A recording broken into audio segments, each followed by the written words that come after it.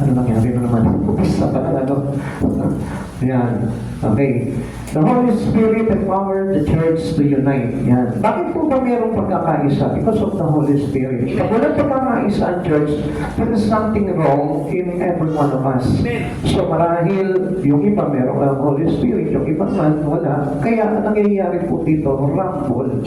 Walang pagkakaisa. Okay, ito po yung pag-aaralan po natin. The Holy Spirit gives united church power. So, kung mapapansin po natin, ang Holy Spirit is the power of every church. And without the Holy Spirit in the church, ibig sabihin po doon, it is powerless. Walang saysay po yun. Kahit mag-pray tayo na mag-pray dito, without the Holy Spirit, wala pa rin saysay yun. Kaya hindi niyo po napapansin, there are a lot of Christians today, there is no changes that happen to them. Minsan nga, nagiging malamig pa sila sa Panginoon eh. You know why? Alam niyo kung bakit? Dahil wala yung banal na Spirito. Pag meron kang Holy Spirit sa buhay mo, mag-grow na mag-grow continually, consistently, yung spiritual life mo. Dahil sa tulong ng banal na Espiritu Santo. And obviously, without the Holy Spirit, you still remain at that stage of your spirit. Hindi po magbabago po yun. Mananatili ka lang ganun. Kaya kung mapapansin po natin, maraming Kristiyano hindi mo makitaan ng changes. Maraming mga Kristiyano hindi mo makitaan na until now, hindi pa rin marunong mag-pray. Until now, hindi pa rin marunong magbukas ng Biblia niya. Hanggang ngayon, hindi pa rin po siya marunong sumamba sa Panginoon. Why? Because of the absence of the power of God, which is the Holy Spirit. Consider the impact of the United Early Church. Tignan niyo po yung naunang iglesia na itinatagpo ng mga apostol po nung araw. Kaya nga po, ang bilis po nilang lumago, ang bilis mag-grow ng kanilang church. Alam niyo po kung bakit? Dahil po sa banal na Espiritu Santo, 3,000 converts, nagkaroon agad ng 3,000 na na-convert po nila, which is written in the book of Acts chapter 2, verse 14. And then, nasundan pa po ito. They are actively, because of the Holy Spirit, the presence of God, na bumaba po sa kanila. Lahat po sila dinabaan po dito. Maliban na lamang po, yung mga alagad na hindi nakapaghintay sa banal na Espiritu ng Diyos.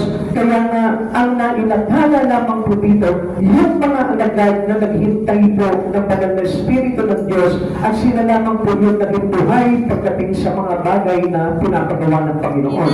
And then, nasundan po ito ng 5,000 convert na mga Christian na kumilala sa ating Panginoon. Ngayon, mga kapatid sa Panginoon, kung napapansin nga po natin, ngayon sa ating panahon, minsan nasa loob na ng church, pero hindi pa rin siya mag-convert. You know why? Because of the absence of the Holy Spirit. Kasi ang mag-convert po sa atin, it is not I, it is not you, but the Holy Spirit again. Kaya nga kung binabaliwala po natin dito, yung presence ng Lord, I tell you, wala po talaga mangyayaring makabuluhan dito sa mga bagay na ginagawa natin. Kaya hanggang ngayon, tamad ka pa rin, hanggang ngayon, hindi ka pa rin nagbabasa ng Bible, hanggang ngayon, hindi ka pa rin nakikisali sa mga paghayo, pag-akay, sa mga activities sa church, wala ka pa rin doon, kasi nga the absence of the Holy Spirit. We are only working on the flesh and not into the Spirit. Because the Holy Spirit is the one who brings us into the Spirit of God para magawa po natin iyong kalooban ng ating Panginoon. Tandaan po natin yan. Sabi nga po dito sa Acts chapter 4, verse 4, na-convert po nila yung 5,000. Gayun man, marami sa nakarinig sa kanilang pangaral ang sumampalataya kay Jesus. Kaya tumatod sa 5,000 ang bilang ng mga lalaki. Now, ito rin po yung isang bagay na medyo doubted tayo pagdating sa isang Kristyano. At alam niyo kung ano yung bagay na yun? If they had really a faith in them, in their heart. Kung meron talaga silang totoong pananampalataya sa Panginoon. Kasi yung pananampalataya, you may see that a person who had faith, he really works.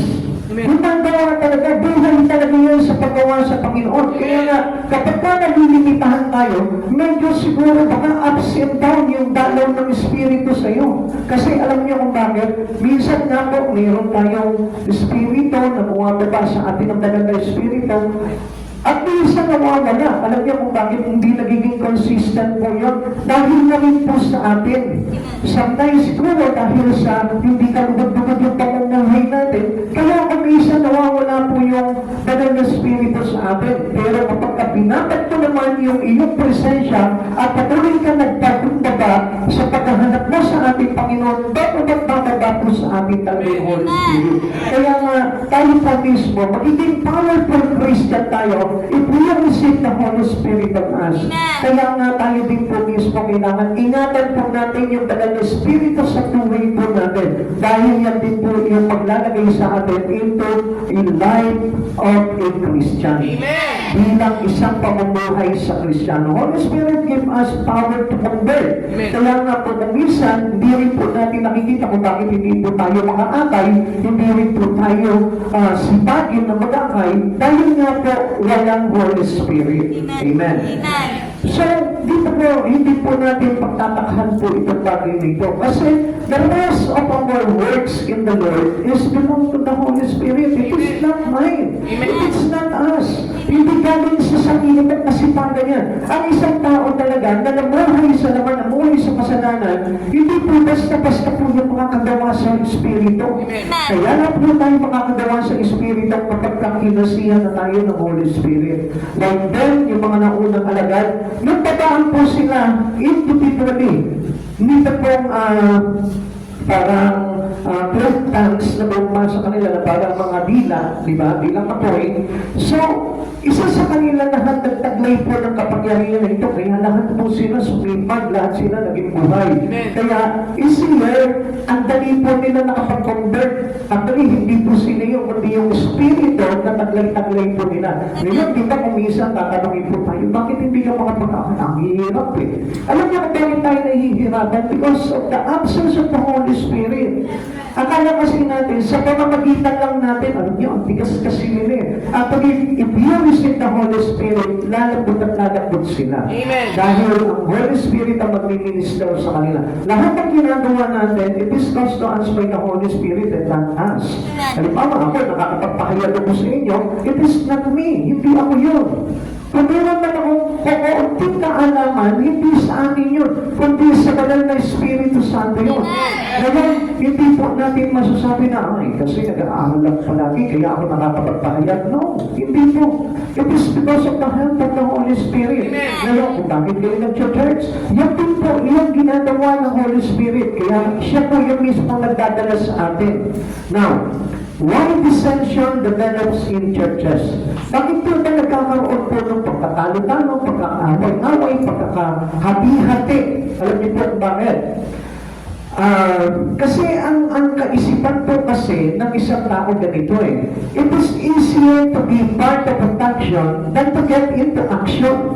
Kadalasan po kasi, tayo pa yung kumbaga parang nandun lang po tayo sa isang grupo na kung saan yung gusto lang natin at hindi doon sa talagang totoong gusto na mangyari sa atin ng banal na Espiritu Santo. Kaya nga, if the Holy Spirit is absent to you, laging taliwas yung iyong mga desisyon. Lahat ng mga gagawin mo, taliwas pa rin sa bawat isa. Kaya hindi po tayo nagkakaroon ng unity in the Spirit because of the absence of the Spirit. Yung Spirit na pagkakaisa lang yan, kung lahat tayo tumanggap ng banal na Espiritu ng Diyos. Kaya nga hindi nyo napapansin, di ba? Kapag halimbawa, meron tayo na pagkasunduan dito, meron agad iringan, meron agad kontra, meron agad hindi sasang-ayon, meron hindi susuporta, meron ayaw.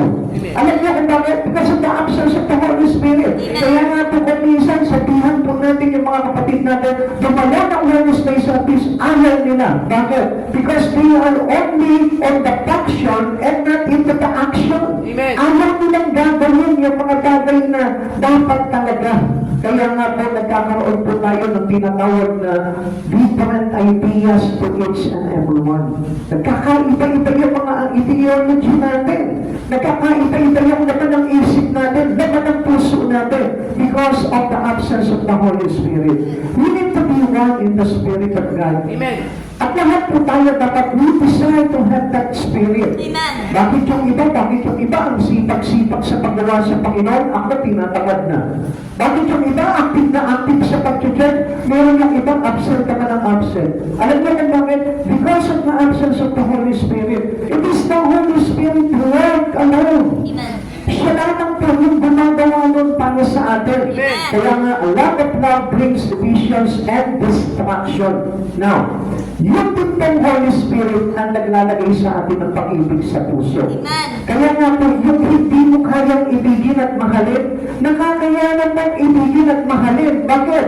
Kasi by the help of the Holy Spirit, tinuruan ka niya ng totoong pag-ibig. Totoong pagmamahal na hindi nagtatangi. Na kahit sabihin mo na galit ka sa isang tao, kung bakit nakakayanan mo siyang mahalin, even though meron siya nagawang mali sa'yo, it is because of the Holy Spirit and not you. Hindi ikaw yun. Kaya hindi niya napapansin dito, ang daming iringan dito, ang daming isnaban, ang daming mga issue. Alam niyo kung bakit? Because we have different in the Spirit. Magkakaiba tayo.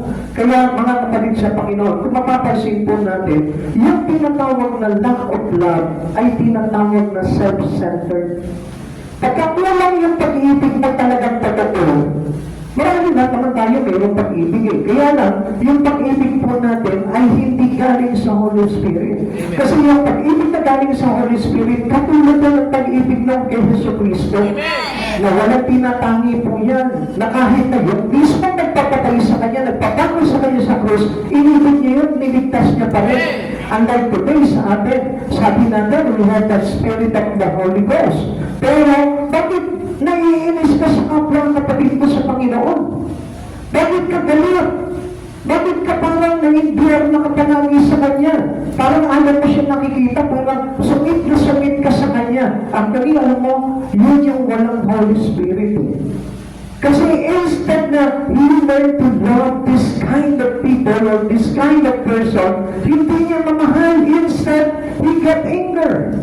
Nagagalit siya, naiinis siya doon sa tao na yun. Kaya nga, tingnan mo mabuti, if you truly a Christian to Christ who receive Holy Spirit. Amen. Kaya mga kapatid sa Panginoon, kapag ang isang Kristiyano, listen, makinig po kayo dito, no? Kapag ang isang Kristiyano po, mayroong tinatawag na indifference.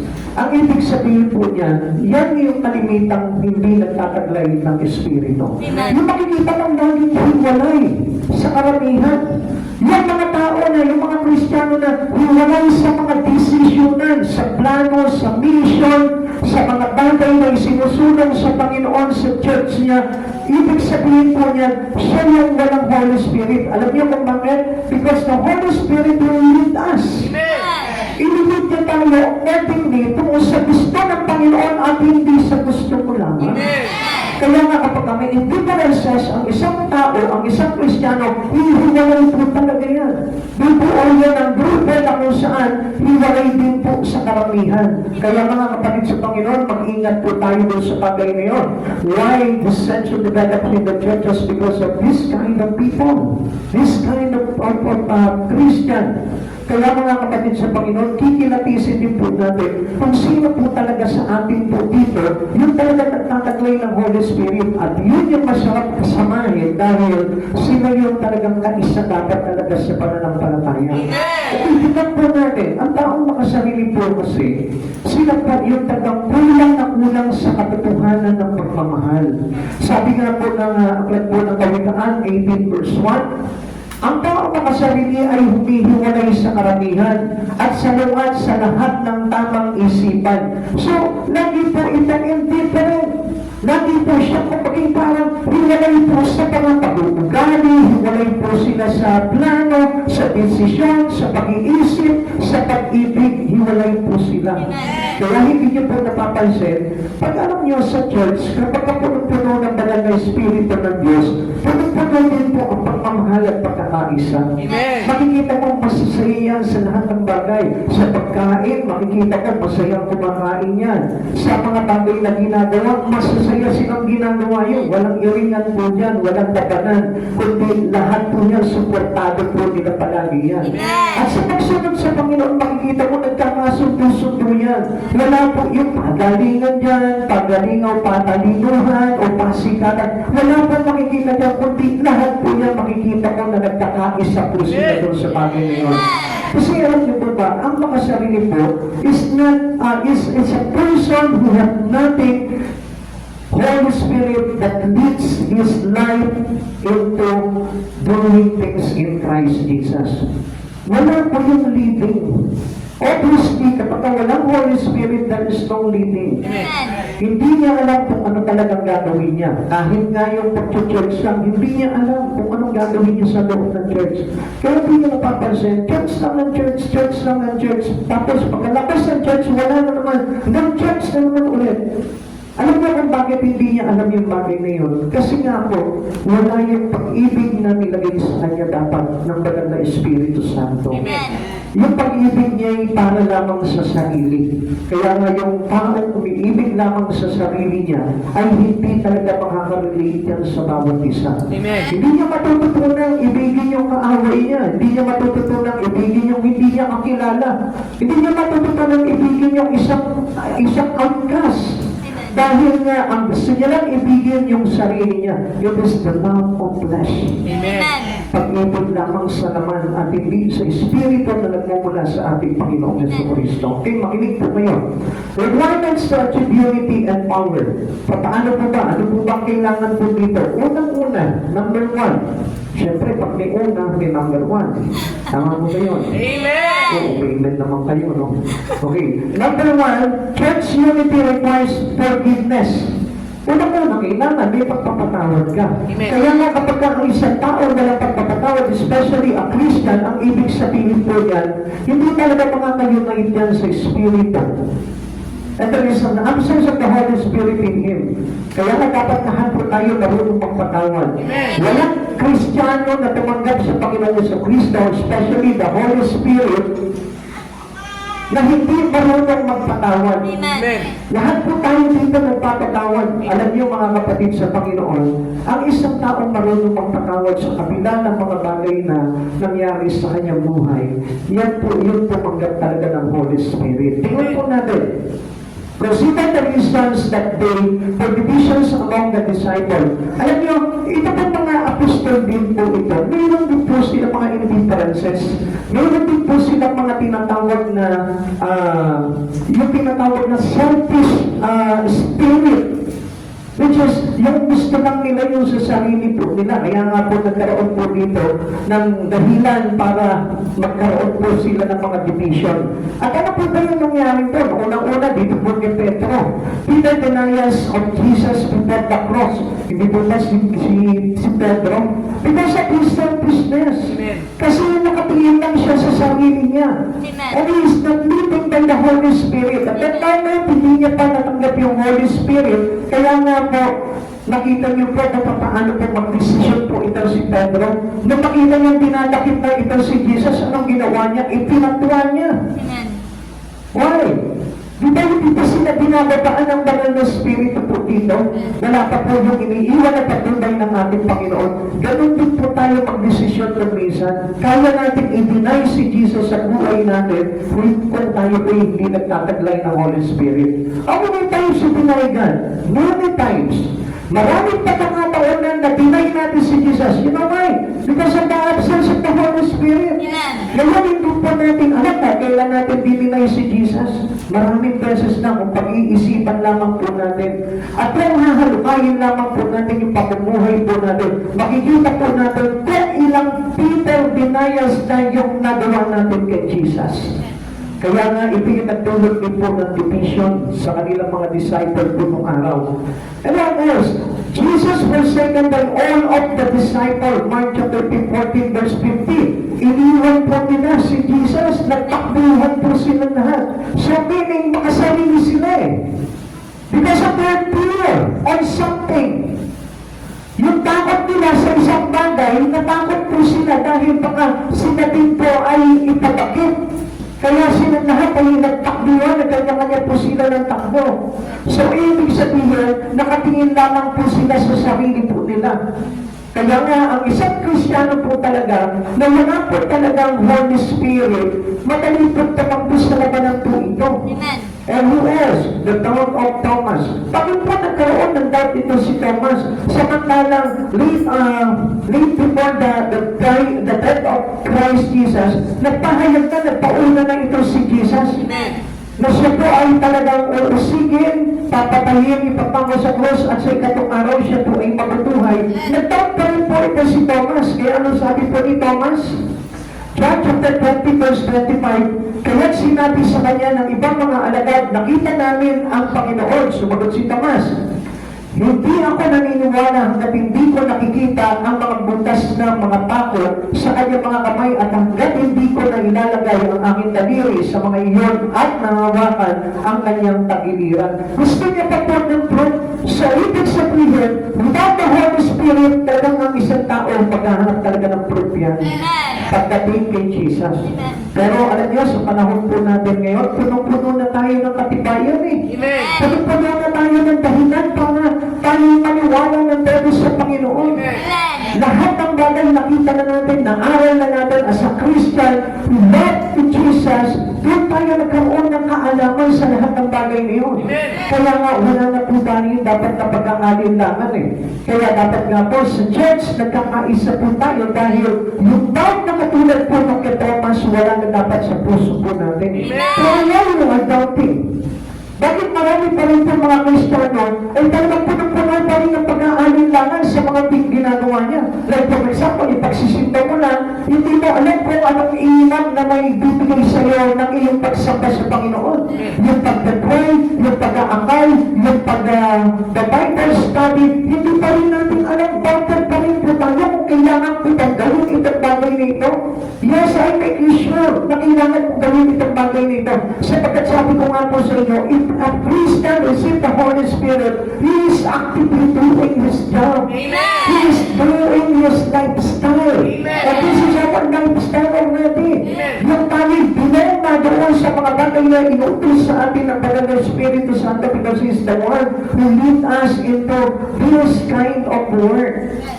Ito po yung trabaho na po natin. Kaya hindi po mahirap po yung gawin itong bagay na ito kung mayroong ang Holy Spirit. Okay, titignan pa po natin ano po. This is a selfish action na kung saan he is not united in the Spirit of Christ. Hindi po kasi, alam nyo, kapag tayo po talaga ay tumanggap ng kay Kristo Jesus, kasabay na po niya ngayon sa panahon natin yung pagbaba sa atin ng Holy Spirit. Kaya lang alam nyo, sometimes many Christians, they reject the Holy Spirit. Bakit? Kasi ayaw nilang ipabuhay. We only wanted to accept Jesus, pero yung lifestyle na itinuturo sa atin sa pamamagitan ng paggagabay sa atin ng Banal na Espiritu, yun ang ayaw natin. Kaya hindi nyo napapansin, medyo lumiliko pa yung direksyon ng bilang isang Kristiyano. Kasi yun ba mga kapatid sa Panginoon? Minsan mayroong kapanliko na hindi na nakalulubog sa Panginoon. Alam niyo kung bakit? Kasi minsan pinapatay natin yung ating pagdinig sa Banal na Espiritu Santo kaya hindi tayo maiiwas. Amen. How could this divided group of people work together? Paano po ba itong watak-watak na tao na ito na hindi kasundo-sundo? Paano ito mapapag-isa sa gawain ng Panginoon? They are willing to forgive one another. Yan. Okay. Unang-una, yung pagpapatawad hindi lamang sa nagkasala sa iyo. Ang pagpapatawad ay isang uri din ng pagtanggap sa kapwa. Kasi yun naman, pagka ang isang kapwa mo, pag ayaw mo, hindi mo tatanggapin yan. Kaya nga, hindi tayo inayawan ng Panginoong Jesucristo. That's why, He is, that the forgiveness is already available to everyone. Kasi kung meron nire-reject si Jesus, hindi tayo natatanggap ng forgiveness yung tao na yun. Pero alam niyo sa atin ganito eh, lahat po tayo, lahat ng pagpapatawad ay available sa atin through Christ Jesus. Ngayon, tayo lahat tinanggap ng Panginoong Yesu Cristo, whether you are criminals or whether you are, sabihin po natin kung ano pa yung kaso mo sa buhay eh. Tinanggap tayo ng Panginoon. Kaya nga, nung pagtanggap sa atin ng Lord, kasabay nun yung pagpapatawad niya sa atin. Jesus had even forgiven those who had crucified him. Pati yung nagpapako sa kanya. Pinatawad ng Panginoong Yesu Cristo itong tao na ito. At hindi niya po itinangi po itong tao na ito. Kaya nga, wala pong dahilan para tayo po ma-disunite. Kasi if we accepted Christ Jesus, tayo po mismo may inuunay niya into one spirit. Kaya ito po yung yung palaisipan sa mga Kristiyano eh. Pare-parehas tayong tumanggap ng forgiveness, pero iba-iba ang espiritu natin. Amen. Bakit ganun? Kasamantalang ang nagpapatawad is the Spirit of Christ Jesus through the help of the Holy Ghost. Kaya tayo pinatawad dahil sa Espiritu ng ating Panginoon. Kaya kung natatandaan po natin, nung tanggapin po natin si Jesus sa buhay po natin, pumasok yung Espiritu ulit ni Jesus sa atin na born again tayo. And that Spirit converting us. Yun yung nag-convert po sa atin sa pagkanuhay na ganito. Kung bakit marunong ka lang magsimba. Kaya lang, ang nakaka-doubt po talaga dito, bakit hindi tayo magkaisa? Ano po ba yung nagtutulak sa atin? Why still there is division in this church? Kung bakit sa mga churches ay meron pa rin pag-division, alam niyo kung bakit? Kasi hindi lubusan po talagang tinanggap ang pagpapatawad ng Panginoong Yesu Cristo. They still can have sin in them. Patuloy pa rin nilang iniibig ang sanlibutan. Patuloy pa rin nilang iniibig yung sistema ng sanlibutan. Kaya nagkakaroon pa rin po tayo ng pagkakaiba. Amen? Amen. Kaya nga, ano sabi po dito, those who are in Christ Jesus is a new creation. Bago na nilalang, wala na yung dating pagkatao niya. So, ibig sabihin, after receiving the Spirit of God, we are a new creation. We are born again. And we don't love the world already. We don't love the system of the world already. Hindi na natin iniibig ang sanlibutan. At ang iniibig na po natin, yung Diyos na umiibig na sa atin. Kaya ano sabi sa atin ng Panginoon, He is first love us and not us. Yung sa pag-ibig ng Diyos na yun na nagpapagad sa atin, yun din po yung kapalit nun. Yung panibagong buhay dahil inibig tayo una ng Diyos. Amen. At kailangan ibigin na natin ang Panginoon. Forgiveness is unity with the Spirit of Jesus Christ. So yung pagpapatawad na yun, yun yung Espiritu na kung saan nag-unite sa atin kay Kristo. Na kapag ang isang tao ay marunong na magpatawad, makikita mo, kaisa na po siya talaga kay Jesus. Amen. Kahit na ano pa pong sistema o pangyayari sa buhay mo, kailangan alam mo ang pagpapatawad. Amen. Hindi yung galit palagi ang nasa puso mo. Amen. Dahil those who one in Christ Jesus is full of love, Amen. full of forgiveness, full of mercy, full of grace, full of the Holy Spirit. Sabi ko na siya, he was filled by the anointing of God. That's why, yung mga bagay na ginagawa niya, makikita mo talagang accurate po talaga yan through Christ Jesus. Makikita mo yung talagang kondisyon ng isang totoong Kristiyano, makikita sa kanya si Kristo. Amen. And forgiving church puts away all differences to serve their Lord. Tatanggalin niya yun. Kung ano yung bagay na hindi nakarapat dapat na sa samahan sa iglesia, tatanggalin niya yun. Halimbawa, ako meron akong ugaling madamot. Tatanggalin ko yun dahil gusto ko na maging kaisa po ako sa iglesia ng ating Panginoong Jesucristo. Kung halimbawa, ako'y tamad, tatanggalin ko yung pagiging tamad ko at nagiging masipag ako kasama ng mga mananampalataya kay Kristo. Amen. Kung ako halimbawa ay palaaway, tatanggalin ko yung pagiging paalaway ko para ako'y maging kaisa sa Espiritu ng ating Panginoong Jesucristo. For we are all in one in Christ. So lahat po tayo ay iisa na kay Jesucristo. Yan po yung sabi ng Galatians chapter 3 verse 28. Now, basahin po natin. Wala nang pagkakaiba ang Hudyo at ang Grego, ang alipin at ang malaya, ang lalaki at ang babae. Kayong lahat ay iisa na dahil sa inyong pakikipag-isa kay Kristo Jesus. So, ibig sabihin, how come na ikaw galit ka pa rin sa isang kapatid sa iglesia? How come na ikaw ay ayaw mo pa rin doon sa isang kapatid sa iglesia? Kung ikaw ay nakipag-isa na kay Kristo, dapat iisa na tayong lahat. Amen. Tanungin mo nga sa katabi mo, magkaisa na ba tayo? Magkaisa na ba tayo? Kaisa na ba tayo ng lahat? Isa na ba tayong lahat? Diba? Kung isa, makikita mo, separate pa rin. Minsan may kanya-kanya pa rin gawain, may kanya-kanya pa rin gustuhin pagdating sa sarili po nila. And we just not live by the Holy Spirit, but live by His own. Amen. Alam natin na sa paglilingkod sa Panginoon, hindi lang tayo, yung sarili natin ang maglibig sa atin, kundi ang Panginoon mismo. Amen. Kaya lagi natin tandaan, kung ano yung libing sa Kanya, dito sa church na ito, dapat libing din sa iyo. Amen. Kung ano yung pinagagawa sa Kanya ng Lord, dapat yun din yung pinagagawa sa iyo ng Lord. Kasi we are in one house. We are on the house of our God, on the house of Christ Jesus, on the house of Jesus Christ, our present Lord. Kaya tayo ang iisa ng Panginoon dito, kailangan iisa maging layunin natin. Sapagkat iisang Espiritu ang inilagay sa atin ng Panginoon dito, kaya hindi tayo pwedeng maging makasarili. Sa tingin mo sa katabi mo ngayon, huwag pang sarili lamang. Sarili lamang. Amen. Ikalawa, anong yung required po sa atin to unite this church? Church unity requires fellowship. Yan. Marami po ayaw ng fellowship, ayaw ng gathering. Kaya nga po, mapapansin mo ngayon sila na halos talagang ayaw po talaga nilang puntahan yung mga fellowship sa church. Especially, Wednesday service, kailangan po talaga yan. It is required. Okay, ito po, para malaman niyo po ito ng mga kapatid sa Panginoon. Kaya po tayo mayroong midweek service. Kasi yung Sunday service, para sa kaalaman nyo, it is more on encouraging. Amen.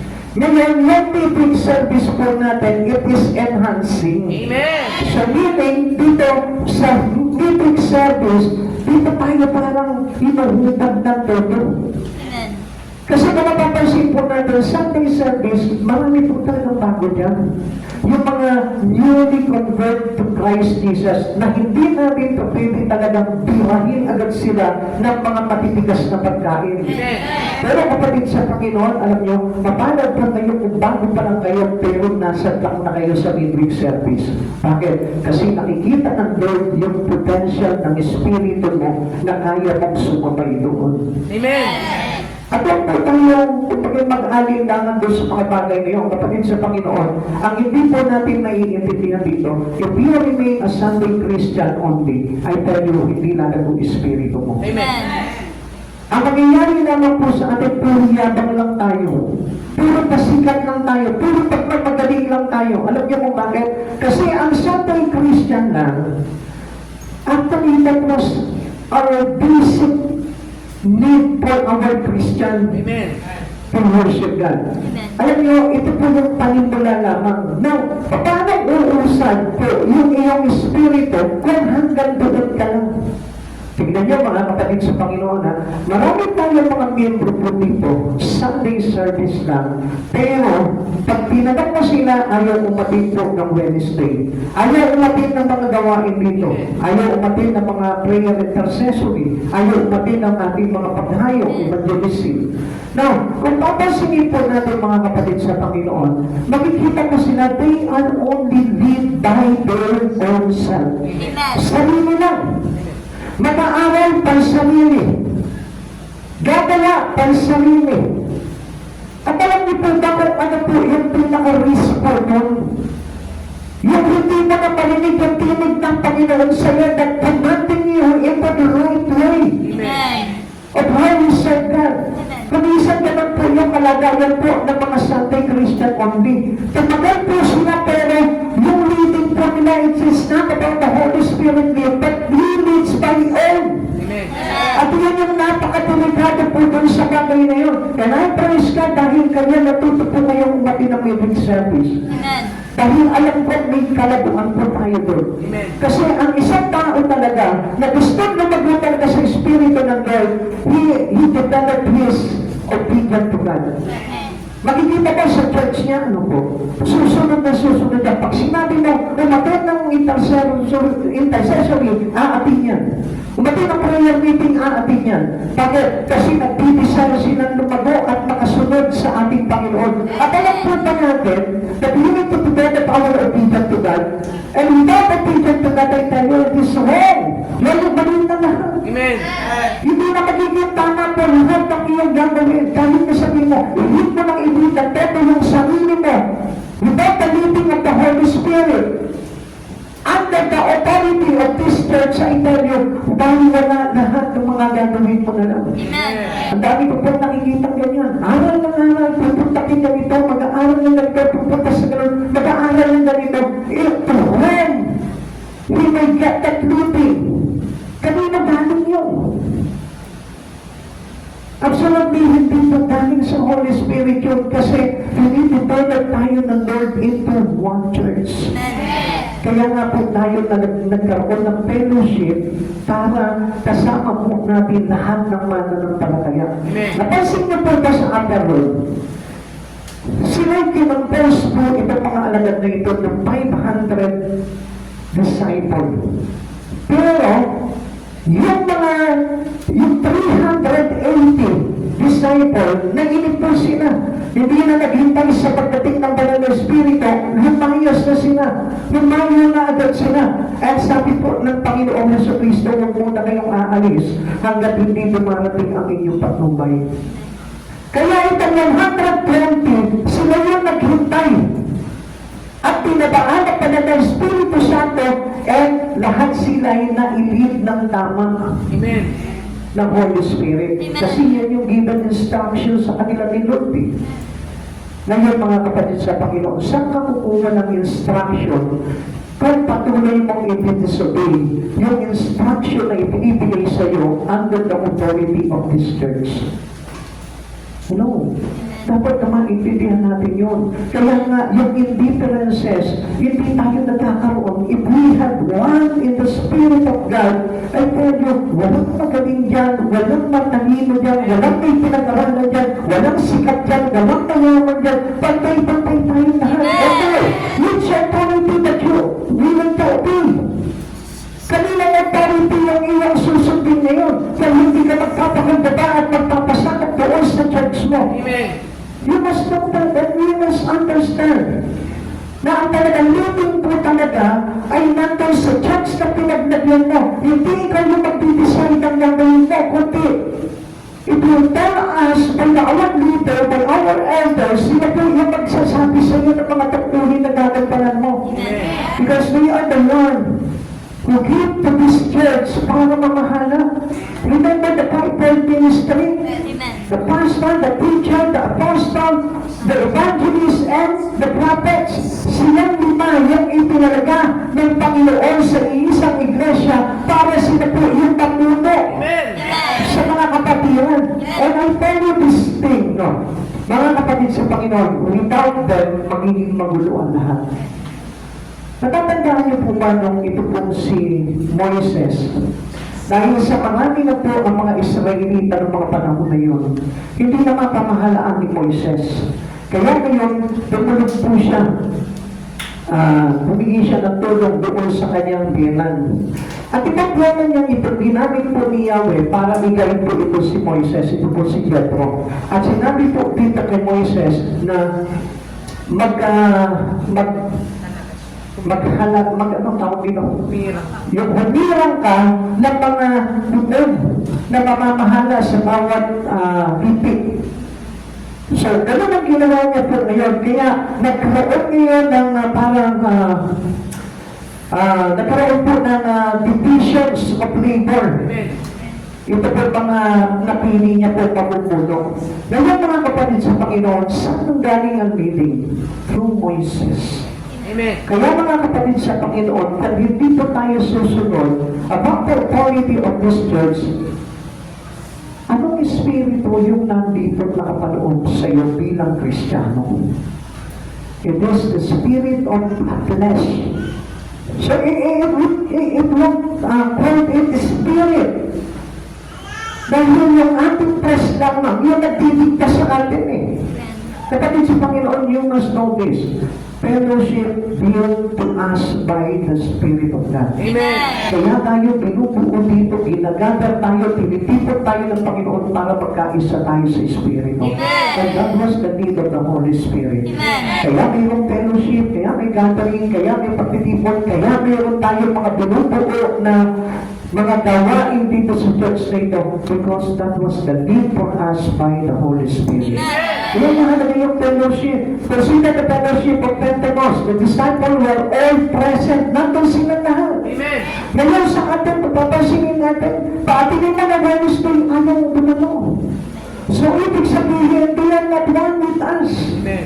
Dahil yan, mga nagpapaunlak naman sa pangyayari ng Diyos, yun yung nililid ng Holy Spirit. At yun po yung risk na dapat yung makita po dito. Nakakatakot dahil you get that you are truly a Christian, pero hindi naman talaga. Minsan nararat naman natin, Kristiyano ako, naglilingkod ako sa Panginoon, pero hindi naman po pala. Bakit? Kasi nga po, iwalay tayo. Kaya nga, dapat nga tayo po mismo maging active po tayo dahil yung espiritu na tinanggap natin at hinintay nito mga alagad ng panahon ngayon, yun yung agresibo ng mga espiritu.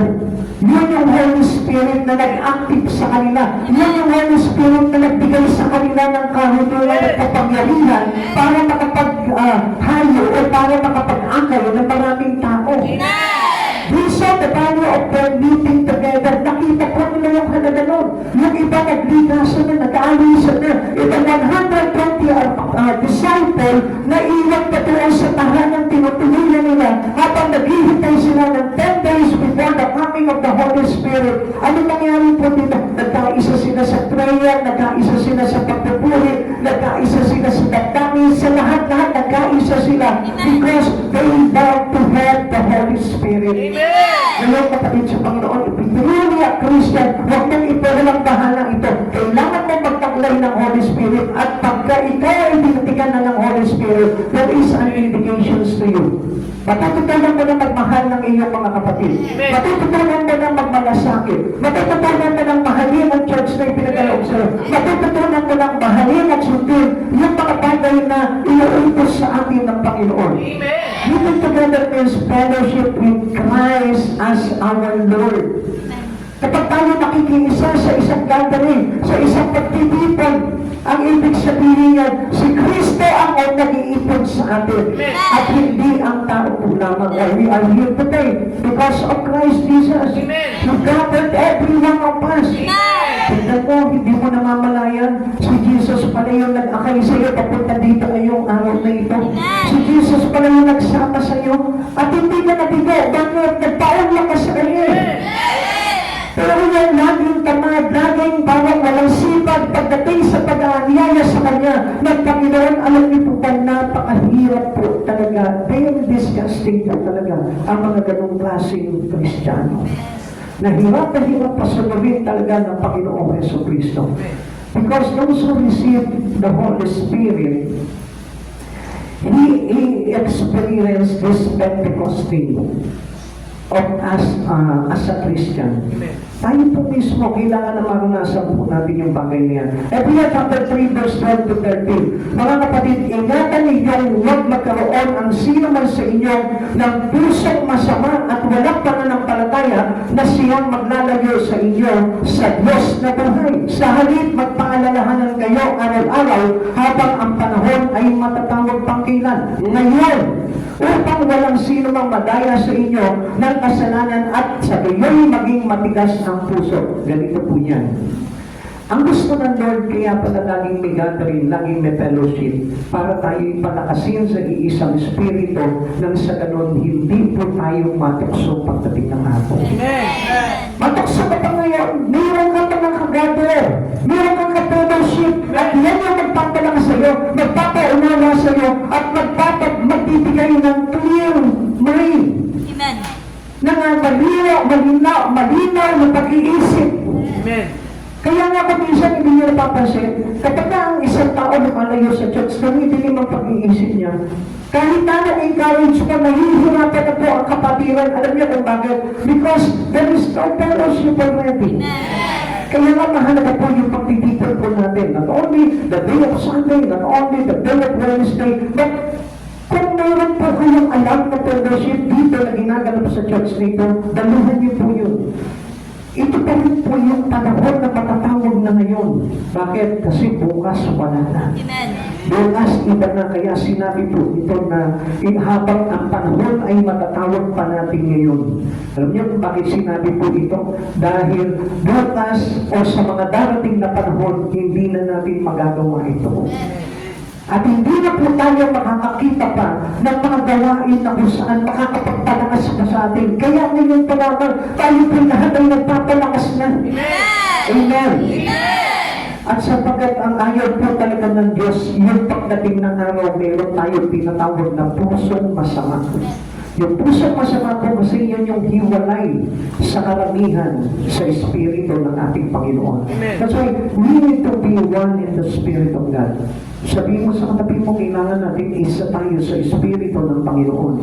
Kailangan isa tayo sa Espiritu ng Panginoon. Those who gathered had purpose and priority in their mind. Pag tayo po ay laging umaatin at dumadalo, nagkakaisa na po tayo sa pagdalo ng mga gawain sa Panginoon, mayroon na po tayong priority sa isipan natin. At alam niyo po ba, ito po mga tao na ito, their calendars were cleared and their clocks set. Nakaayon na yun. Amen. Lahat na nakaset na lahat ng mga bagay. May plano na siya sa isipan niya.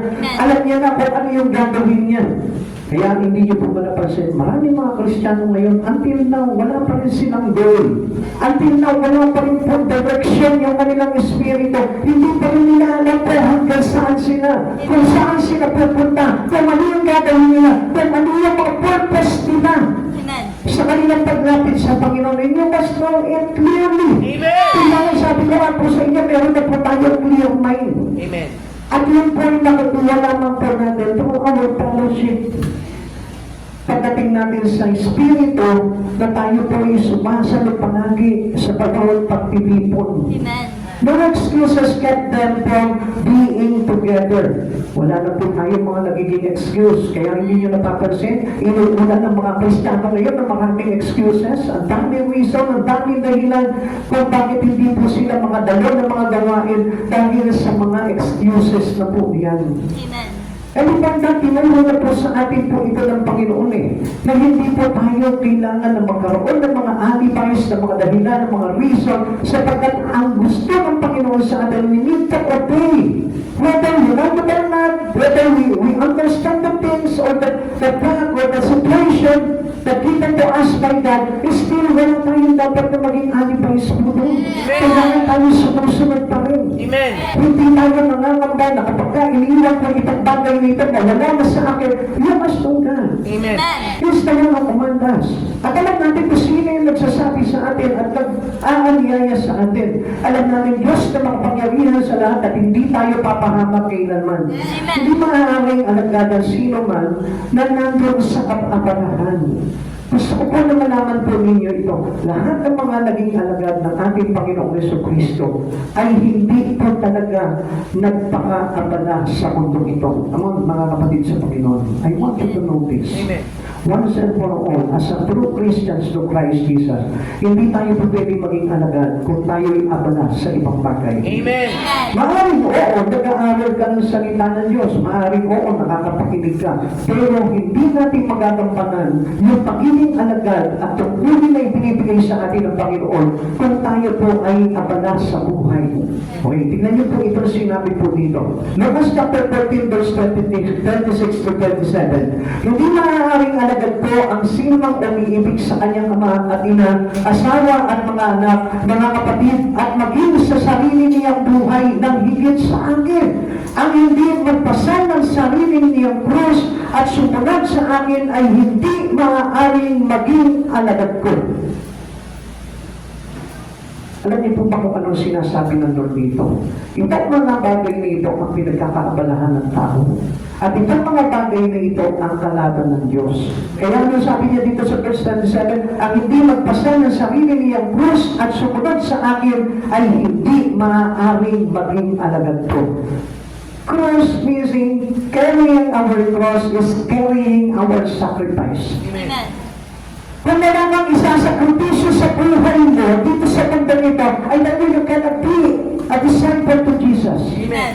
Mahina na po talaga. Kaya nga, mayroong sakripisyo pagdating sa pagiging alagad ni Kristo. Amen. Mayroong mga bagay ka na is-set apart sa buhay mo. Mayroong kang mga bagay na tatanggalin. Mayroong kang mga bagay na iiwanan.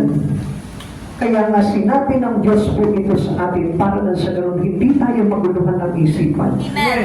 Alam niya kung saan niya pinasimulan ito sa personal mo. Dahil alam ng Diyos na ito, na ito yung mga bagay na mahalaga sa iyo. Yung iyong magulang, yung iyong amatina, asawa, mga anak, mga kapatid. Alam ng Panginoon na napakahalaga sa atin ito.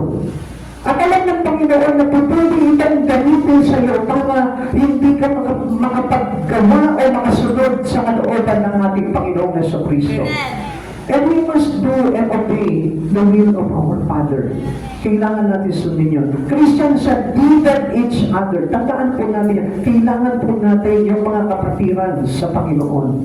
Bakit po ba? We need one another to achieve Christian growth. Hindi tayo lalago kung nakapokus lamang po tayo doon sa binanggit ni Christ. Kung nakapokus lamang po tayo doon sa sarili po natin, hindi tayo lalago. Dahil ang kalabuan ng isang Kristiyano ay nasa pagsasama-sama ng mga tinipon at hinirang ng ating Panginoon na nagtaglay ng Espiritu Santo para magamit ng Panginoon bilang kanyang mga alagad. We need one another to accomplish the work of the church. Come on, listen. Napakaganda po nito eh. Kailangan po natin ang bawat isa para ma-accomplish daw po natin, magawa natin yung trabaho na inilagay sa atin bilang tayo yung mga taga-iglesia. Pero how come na makikita natin, meron sila kanyang-kanyang mga ganain na hindi naman nakakonekta pagdating sa gawain ng Panginoon dito sa church nito. So saan nila nakuha yung bagay na yun? Kung halimbawa, hindi nila tayo kailangan na mabuhay sila sa sarili lamang nila, nagpapalago lamang sila sa sarili pamamaraan nila, paano sila lalago? Ang sabi po dito, we need one another to achieve Christian growth para mataglo tayo. And we are need for every one of us here. Kailangan mo ng kapatidan, kailangan mo siya, kailangan mo yung nasa likod, kailangan natin ang isa't isa para mataglo po tayo.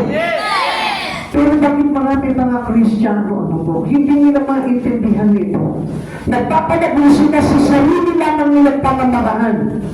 Gumagawa sila sa sarili nilang pamamaraan. Paano sila magiging kaisa sa Espiritu ng Panginoon sa Kristo? Minsan may sarili silang desisyon sa sarili po nila. At hindi desisyon ng Holy Spirit sa buhay po nila. Kaya nga, it is very important to have fellowship. Kasi ang isang tao nagpapahalaga sa kapatiran, yan yung mga active sa fellowship. Yan yung mga active sa mga pagtitipon ng Panginoon. Kaya sa umpisa na ito, dapat pahalagahan mo ang mga tao na nakikita mo dito. Pahalagahan mo yung mga kapatiran na nandito. Even bata yan, matanda yan, pahalagahan mo yan.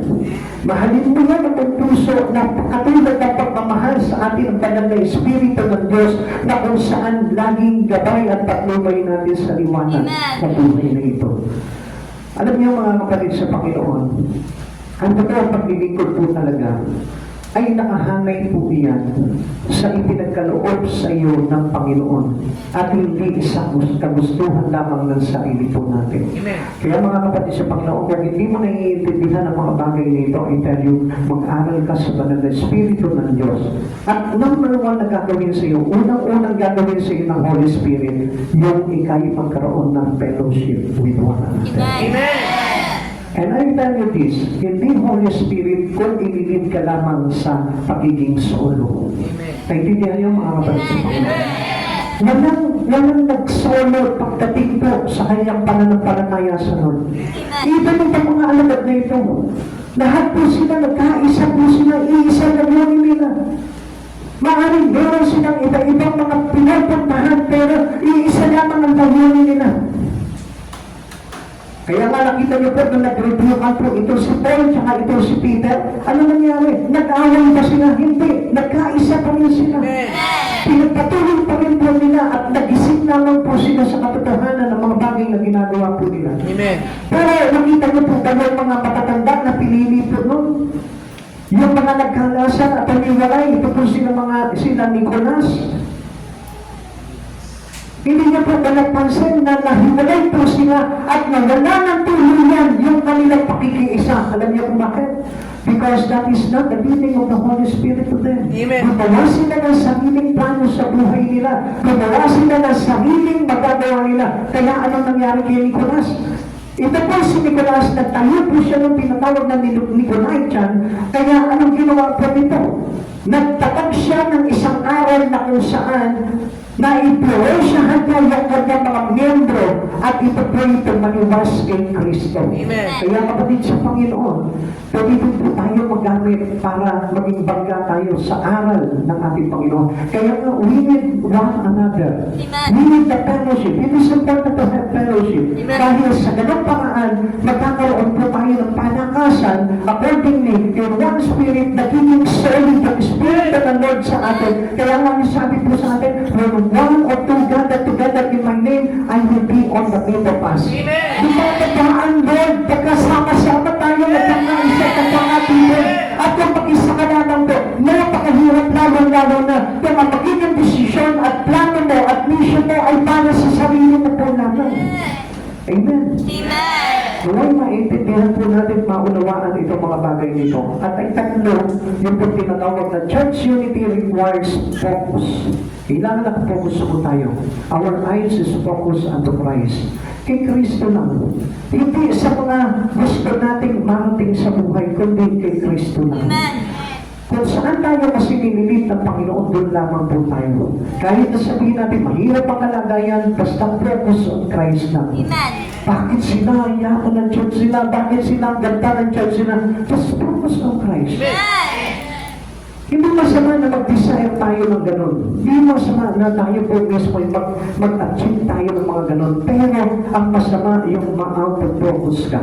Kaya marami mga Kristyano hindi nyo napapasin, they are out of focus. Iba na yung tinitignan nila. Ibang klase na yung paglilingkod nila. Ibang klase na yung pagiging Kristyano nila. Hindi na nakapokus kay Kristo, kundi nakapokus na sa sarili. Kaya be watchful. Bantayan po natin yung pagiging Kristiyano po natin para na sa ganun hindi po tayo mahiwalay kay Kristo. Amen. Ay dahil hindi lahat ng nasa church ay totoo kay Kristo. Kaya nga mahirap na tayo po unfocused to Christ Jesus dahil napakadelikado po talaga.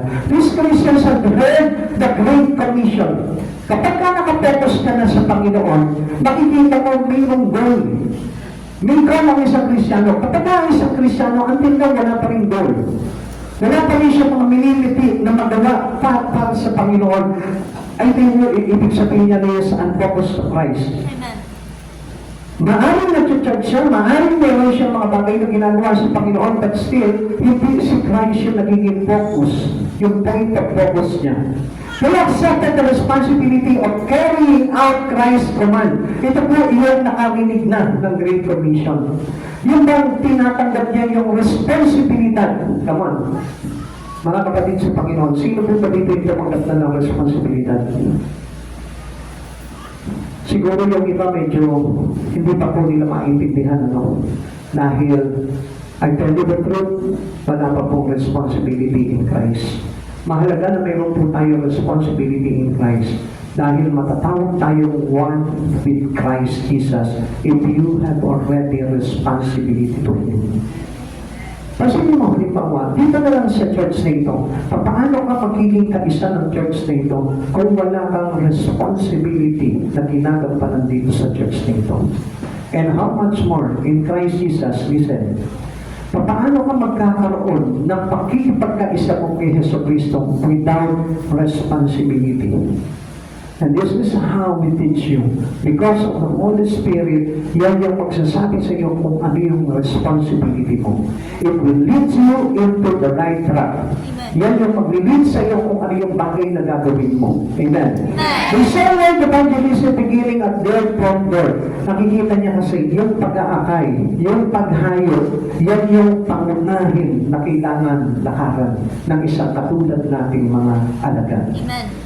If you are a disciple to God, yan na po yung unang-una na papasok sa ating magiging goal natin.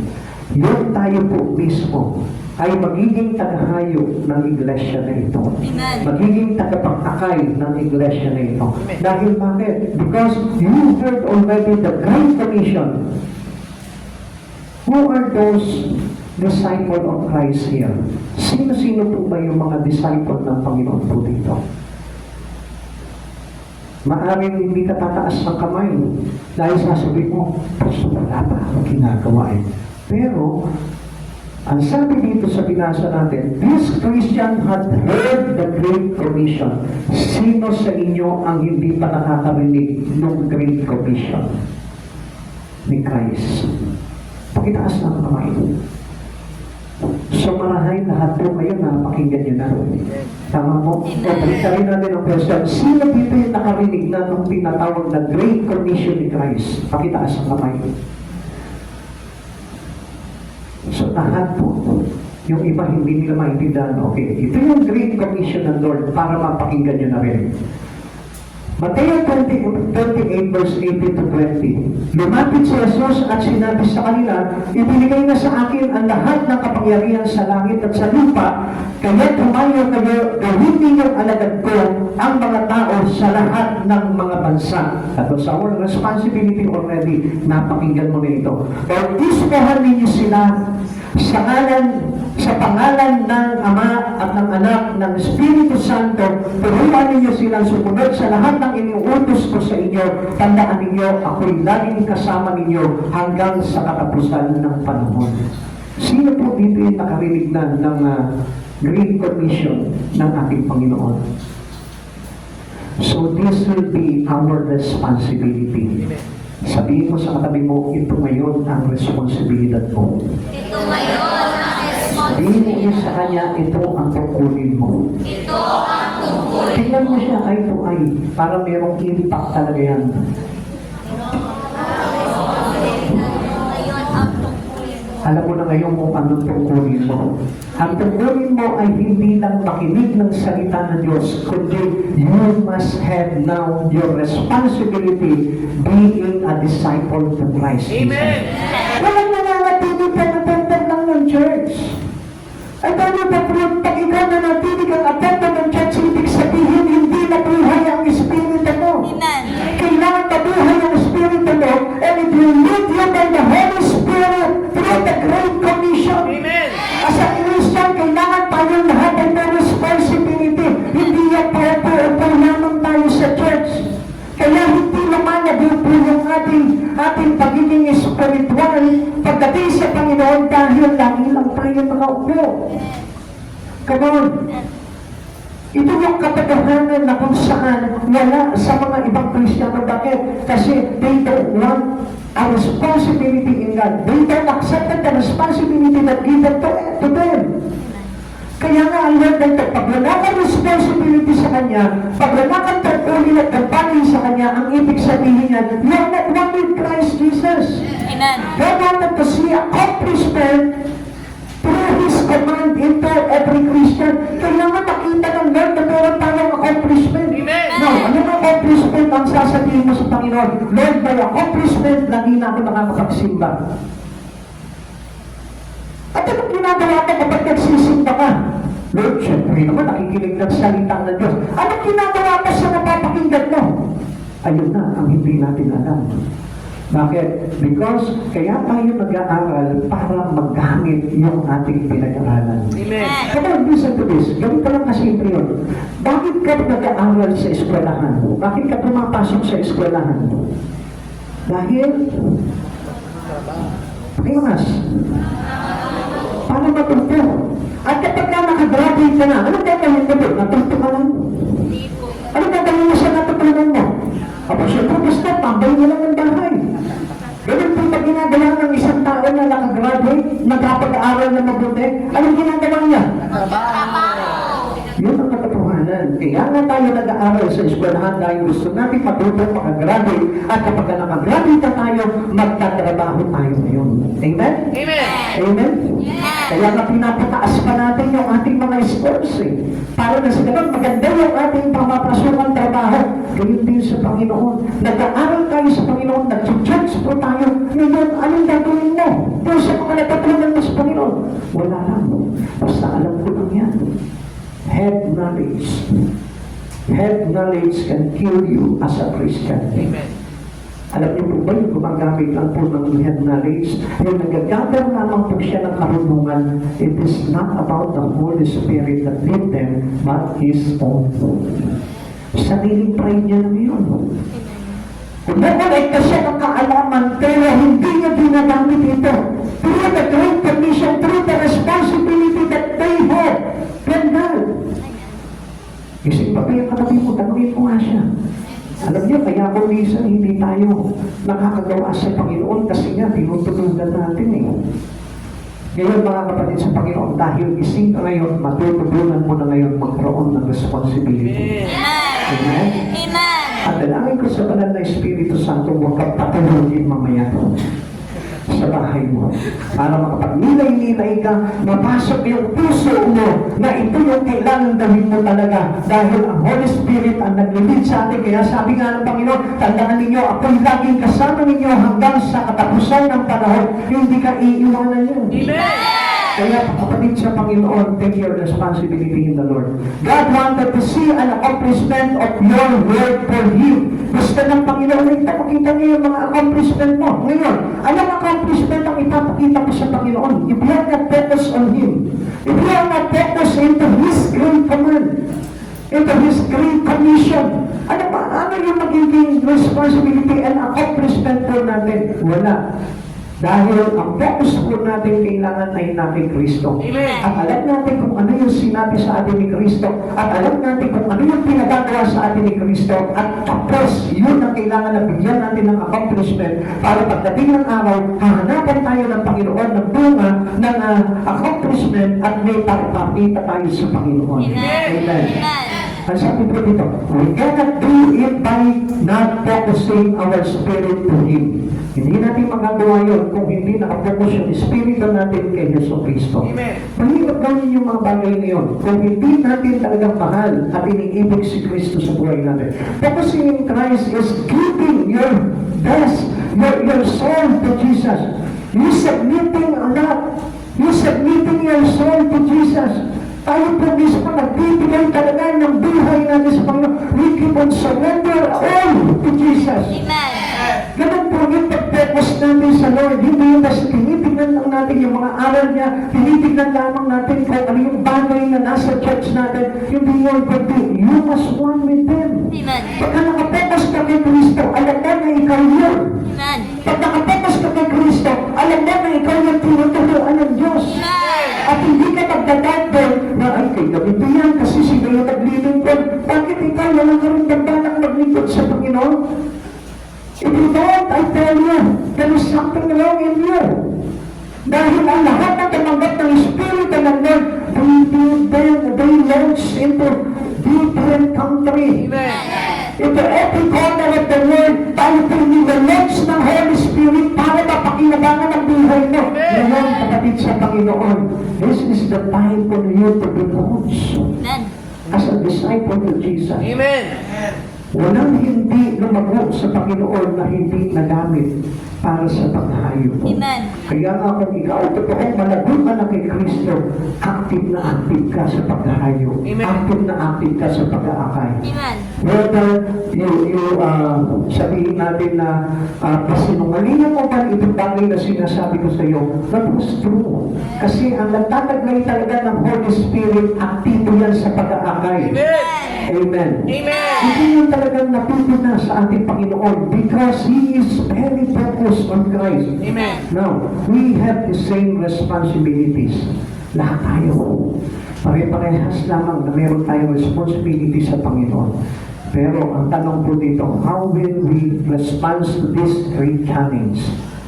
Paano po tayo tutugon dito sa napakadakilang hamon na ito ng Panginoon sa iyo? Are you willing to focus on God's call to reach the world? Or you still focus on your own, on your personal?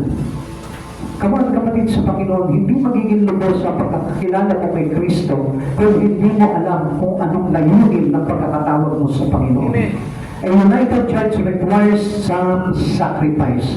Sabi ko nga po sa inyo, kung hindi natin kayang magsakripisyo sa mga bagay-bagay sa buhay natin, hindi tayo pwedeng maging alagad ng Panginoong Jesucristo.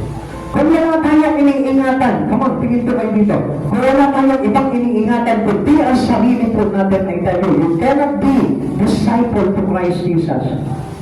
Kaya pinagpapahalagahan mo lang yung sarili mo, yung pamilya mo. You cannot be disciple to Jesus. Kailangan magpahalaga ka sa maraming tao. Kailangan magpahalaga ka sa mga tao hindi pa naliligtas. Kailangan magpahalaga ka sa mga kapatiran, sa church. Amen. If you want to be a true disciple to God, wala sa sarili ang pagpapahalaga, hindi sa sarili, kundi sa responsibility na nakapatong sa balikat po natin na ipinagkaloob sa atin ng Panginoon. Are we willing to pay the price? Like Jesus, He paid all the price. Doon na lamang po tayo makakabawi kay Jesus dahil hindi natin kayang magpapako sa krus, mamatay, ilibing, at muling mabuhay. Ang sakripisyo na lang na hinihingi sa atin ng Panginoon is being one with Christ Jesus into Great Commission. Kaya mga kapatid sa Panginoon, you must know all these things or else you cannot be raw Christian. Mananatili kang ganyan lamang kung hindi mo maunawaan ang mga bagay na ito. And I pray to God na punuin po kayo ng Holy Spirit sa oras na ito para na sa ganon maunawaan yung mismo ang mga bagay na ito. Pero if you are the one who rejects this call, these words, this message, I tell you, kailangan mo ng Holy Spirit para maintindihan mo ang lahat. Tayo pa lang po sila.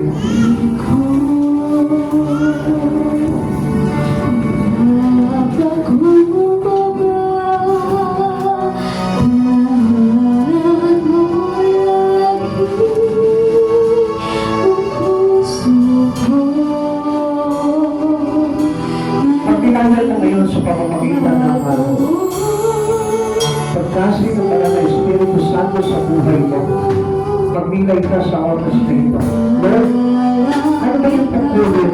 Ano ba yung layunin na gusto mong naparanggan sa church na ito, Lord? Ano ba sa your responsibility as a Christian? A Christian has a responsibility for this church. Is not a disciple of Christ Jesus. Ang isang tao na hindi responsable sa mga bagay sa kanyang pamilya, sa kanyang trabaho, ay walang kwenta. Ganun din po sa Panginoon. Nagkakalang kwenta na gano'n na sa-isay yung pagiging Kristiyano mo. Have a purpose of life as a Christian to Jesus. Magkaroon ng layunin ang pagiging Kristiyano mo.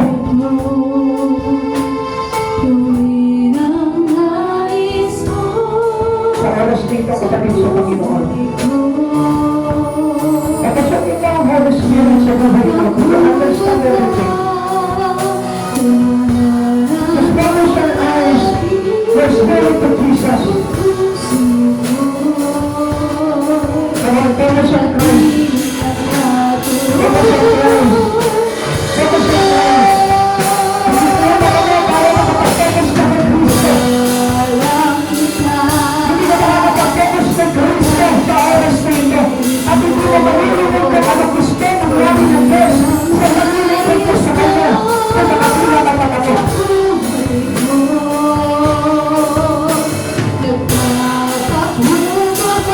Come on. There's a nice distracted. Basta sa pakiramdaman mo kapatid.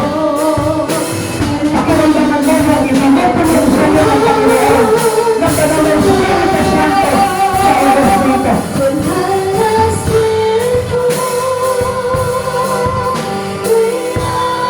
Focus on your calling.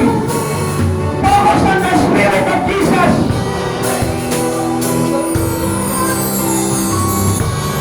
Hindi mahalaga kung magaling kang kumawit. Hindi mahalaga kung magaling kang sumayaw.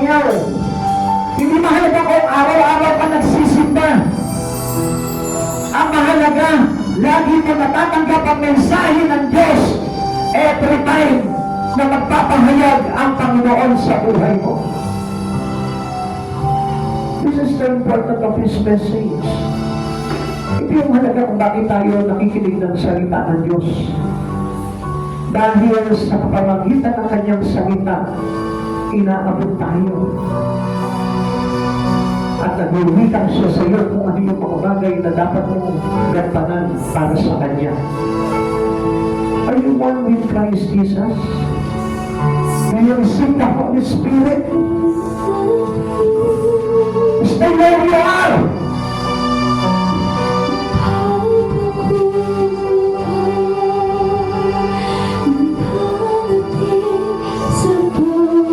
Kung until now, hindi mo pa rin alam kung paano makinig into the presence of God, ay talagang mayroong mali sa pagiging Kristiyano mo. Yung until now, naiinip ka pa rin, hindi ka pa rin nakapag-focus, bothered ka pa rin ng Espiritu ng mundo na ito. Sa iyong pagsamba sa Panginoon, I tell you, there is something wrong in you. Still, there is no Holy Spirit in you. Dapat mag-focus mo ngayon sa pagsamba na ito, walang iba kundi kay Kristo Jesus.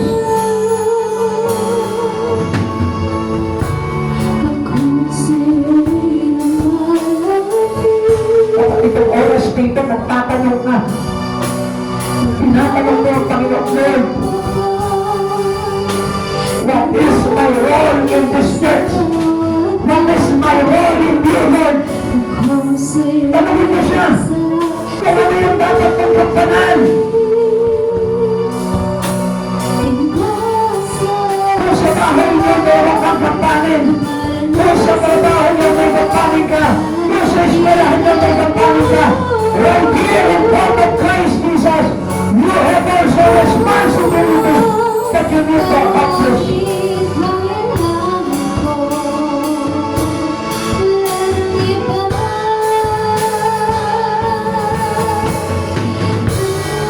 Sa oras na ito, kapatid, habang nakapikit ka at nakapokus ka kay Kristo lamang, tanungin mo sa sarili mo, meron na ba akong kapanin sa aking Panginoon? Tanungin mo, kung ano gamitin mo, Lord, meron na ba akong ginagampanan sa iyong kalwalatian? Hindi gamitin mo, Lord, meron na ba akong kapanin? Meron na ba akong kapanin, Lord? Meron na ba akong kapanin? Nagagawa ka na ba ito, Lord? Lord, do not be confident. Huwag ka masyadong kumpiyansa sa sarili mo na marami ka na nagawa. You still not know what is the right thing.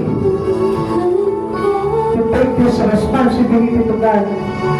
I tell you, hindi mo maiintindihan talaga kung ano yung mga bagay na dapat mong gampanan. Huwag ka pasapatan sa pag-church na kailangan umpisahan mo. Mag-umpisa ka sa pag-aaral ng Biblia kung bago mo pa lang. Mag-umpisa ka sa pagtawag mo araw-araw sa presensya ng Diyos. At kung matagal ka na, at wala ka pa rin involvement sa church mo, umpisahan mo na magkaroon ka ng ministry sa church mo. Umpisahan mo magakay.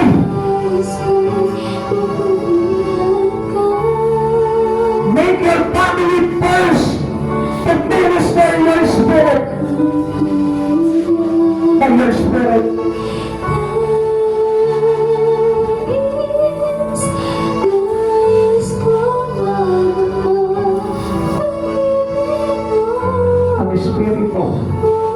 Na tinanggap natin ay masipag. Ang Espiritu na tinanggap natin ay buhay. Now, hindi ka talagang tataka kung bakit pagsisimba lang nahihirapan ka pa. Kung bakit sa pagdali lamang ng mga gawain nahihirapan ka pa. What's wrong? Don't you ask the Holy Spirit kung bakit gano'n ang iyong kalagayan? Don't you ask Jesus, bakit hanggang ngayon ganito pa rin ang kalagayan ng Espiritu mo? Hindi ka ba nagtatanong? Alam niyo, sa isang tao na may pangarap sa buhay, inaalam-alam niya ang mga bagay para madagdagan ang kanyang kaalaman, para magtagumpay siya sa kanyang mga pangarap. Sa Panginoon, it is very important for us to search kung anong bagay na gusto ipangyari sa buhay mo ng Panginoon. Hinahanap mo dapat yung sinasaliksik mo kung ano ang kalooban ng Diyos na mangyari sa buhay mo. Sa oras nito, kapatid, learn how to be serious of what God's calling you. Seryosohin mo ang lahat ng bagay na ginagawa mo sa Panginoon. Huwag mong iniisang tabi. Huwag mong sinasayang. Huwag mong ipinawawalang bahala sapagkat ito rin yung magiging access mo sa buhay na walang hanggan pagdating ng araw. If you complete your accomplishment into your calling, I tell you, ito yung maglalagay sa iyo sa buhay na walang hanggan. Dahil ang lahat ng yun ay walang iba kundi si Yesu Cristo. Kaya mga kapatid sa Panginoon, hanggang sa pag-uwi mo, bago ka matulog, pag binayan mo ang mga bagay na ito, ask the Holy Spirit, submit to the Holy Spirit, patulog ka sa Kanya, sabi mo, Lord, bigyan mo ng kaganapan ang pagiging Kristiyano ko, bigyan mo ng kaganapan ang pagtawag mo sa akin, bigyan mo ko ng iyong presensya, inubugan mo, na sa ganon, itulak mo ako sa mga bagay na nais mo at hindi sa nais ko. Kaya mga kapatid sa Panginoon, dalangin ko sa Panginoon, nakatagpuin po tayong lahat. Mamaya sa ating pagtulog, kausapin tayo ng banal na Espiritu ng Diyos upang maintindihan natin ang mga bagay kung bakit tayo narito at kailangan magkaisa sa Espiritu ng pagtawag sa atin ng Panginoong Jesucristo. Maraming Diyos, nagpapasalamat po kami sa gabi ito, Lord. Patuloy na nagpapalit po kami sa iyo, O God, sa banal mong Espiritu Santo, O God, sapagkat alam namin kulang kami sa kaunawaan, Panginoon. Subalit na nanalig kami, Panginoon, by the help of the Holy Spirit, O God, we can easily understand the things about you, Lord Jesus. At maiintindihan namin, Panginoon, about our true calling, O God, kung ano yung mga bagay na dapat namin kapanan, Panginoon. Panginoon, ipaunawa mo sa bawat isa sa amin ito, O God. Sapagkat alam namin, Panginoon, we need to be alive, O God. A living Christians to you, Lord Jesus. Hindi yung patay na Kristiyano. Sapagkat alam namin ang buhay, gumagawa, masipag, at nagbubunga, Panginoon. Subalit ang patay ay hiwalay sa puno, Panginoon, na tutuyo at kasamang tutupukin. Panginoon Jesus, maraming salamat po sa napakagandang mensahe mo, Lord, upang isingin ang aming mga kaluluwa, God, upang kami mismo, Panginoon, ay magpakasunod sa mga bagay na pinagagawa mo po sa amin, Panginoon. At Lord, matutunan namin, Panginoon, ng mga bagay dito, Lord, magkaroon kami, Panginoon, ng forgiveness, magkaroon kami ng fellowship, at makapag-focus kami, Panginoon, sa mga bagay patungkol sa iyo, God. Lord, maraming salamat po, God, sa bawat mensahe na ito, Lord, kasi iyo po sa amin ang kapangyarihan, bawat napakinggan po namin, O God, at ayaw mo magbunga po ito sa aming buhay spiritual, O God, upang patuloy kami makasunod sa iyo, Panginoong Jesus. Maraming salamat po, Lord. Patuloy din po namin idinadalangin sa iyo sa aming pag-uwi, O God. Ingatan mo po kami, samahan mo po kami, Panginoon, ilayo mo po kami sa anumang kapahamakan, talutin mo po kami ng iyong banal na bugo, O God, at maluwalhati kami makarating, Panginoon, sa aming mga tirahan, O God. Ingatan mo po ang aming mga sasakyan, O God. Ilayo mo po kami, Panginoon, sa anumang panganib, O Lord. Samahan po kami ng mga magaling manong anghels na namin, Panginoon, na siyang mauuna, Panginoon, at magbabakot sa amin, O God, upang hindi po kami maano na maaway, O God. Maraming salamat po, Lord, at hinihiling ko rin po sa iyo sa pamamagitan ng iyong dakilang pangalan, O God. Pagpalain mo po ang bawat isa, Panginoon. Pagpalain mo po kami sa aming mga espiritu, O God, at isa lang sa aming ugnayan sa iyo, Panginoon, lumagulo po kami lahat, O God, at maging pakinabang ang bawat buhay namin, Panginoon, sa maraming kaluluwa, especially, Panginoon, sa iyong paghahari sa aming buhay, O God. Maraming salamat po, Lord.